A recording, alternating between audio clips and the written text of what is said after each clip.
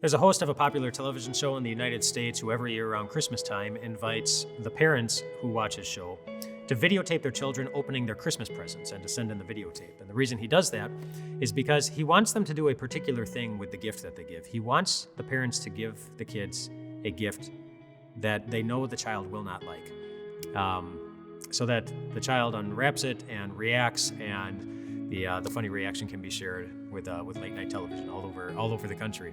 And so one parent who sent a video, wrapped up a rotten banana for their child. Another parent wrapped up a sponge. Another parent wrapped up some broccoli, and another one some carrots. And I bet you know how the kids reacted when they opened up those things.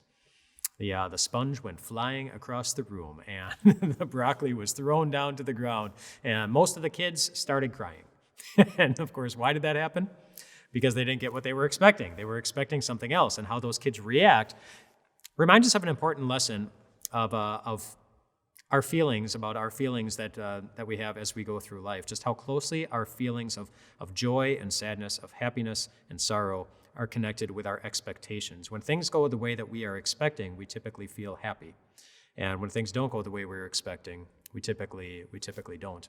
And if you would like to have just a general idea of what your personal expectations are in life, just ask yourself, in life right now, what has the greatest potential in life right now to make you feel sad or discouraged or angry or broken?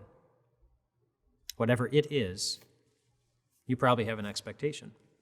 But there's an important question that you need to ask yourself about your expectations, and that question is this: do you have that expectation because God gave you the right to expect it? Or did you invent that expectation all on your own? For example, can you find a passage in the Bible where God says, every day you will always have enough time to get your to-do list done. And you will also have enough time to sit down for some hot cocoa or some hot tea. And you'll also have enough time to sit down and watch your favorite Hallmark movies. No, of course not. You won't find any Bible passages that say that. Can you find any Bible passages where God promises that your family will always treat you nice? And the people out on the freeway driving, they will always be polite. And the people that you work with, they will always take the time to think about how their actions and their words and their decisions will affect your peace of mind. No. No. God doesn't give us the right to expect any of those things. He does give us the right to expect certain things, however. One of our Time of Grace writers, in one of her blogs, she recently shared her least favorite promise that Jesus gives us in the Bible. Her least favorite promise that Jesus gives in the Bible. And you think about the promises that Jesus gives. I don't know that we often talk about our least favorite ones, but she wanted to share the least favorite promise that Jesus gives in the Bible, and it is this. It's the promise that in this world, you will have much trouble. That's what Jesus promised his disciples. In this world, you will have much trouble. That's what we have the right to expect, trouble. And as we look in the world, we see that it's full of trouble. It's full of pain, it's full of sorrow, it's full of sickness, it's full of sadness, it's full of heartbreak and heartache. It's full of things that constantly leave us asking why, or how is this going to end well? But it's full of trouble. And why is it full of trouble? The Bible is very clear in Romans chapter 8. It says that it's not just people who suffer. The whole world has been suffering. It talks about the whole world, all of creation has been groaning as if it's been in the pains of childbirth, and it will continue to do this. In other words, all of the world is suffering. Or to say it another way, earth is not heaven.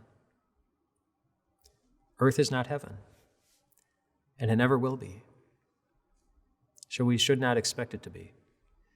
This world will be full of trouble for the simple fact that earth is not heaven. You know that. I know that. And Jesus knows that. Which is why he went on after that promise with his disciples. In John chapter 16, the full verse where Jesus made that promise that you will have trouble goes like this. He says, I have told you these things so that in me you may have peace. In this world, you will have trouble, but take heart. I have overcome the world. In other words, what you see with your eyes on earth is not the end of the story. Earth is not heaven. Earth is earth. It's full of trouble. But heaven is heaven. Heaven is heaven. And Jesus overcame everything in this dark world to give it to us for free. It's coming. But it means living by faith until we get there. Recognizing that sometimes our eyes are going to see some very painful things. Recognizing that sometimes our hearts are going to feel very, very broken. And our faith will always need to see the Jesus who was willing to die for us and who was powerful enough to overcome everything in this world that tried to bring him down, to prepare a place for us that truly is heaven. It's coming, and we live by faith until we get there. We talked today about the power of our expectations, and though we know we should expect trouble in this world because that's what God promises us, it's still very difficult to get through the trouble. The very best way to get through our troubles is to remind ourselves of what we have the right to expect from God, from our Father in heaven, through our Lord Jesus Christ. And if there's a favorite Bible story you have, or a favorite Bible passage that reminds us of something that you have the right to expect from God, His care, His attention, His time, His grace, please consider sharing it with the group. We're all journeying through the same world here, and we all need the wonderful reminders that we have the right to expect the very best from our God. Thanks for considering. We'll see you tomorrow. If these messages are a blessing to you and your faith, and you want more, we'd love to make it easy for you.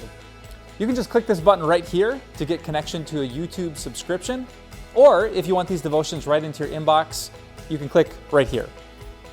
YouTube here, email here. Email here, YouTube there. Click both these buttons.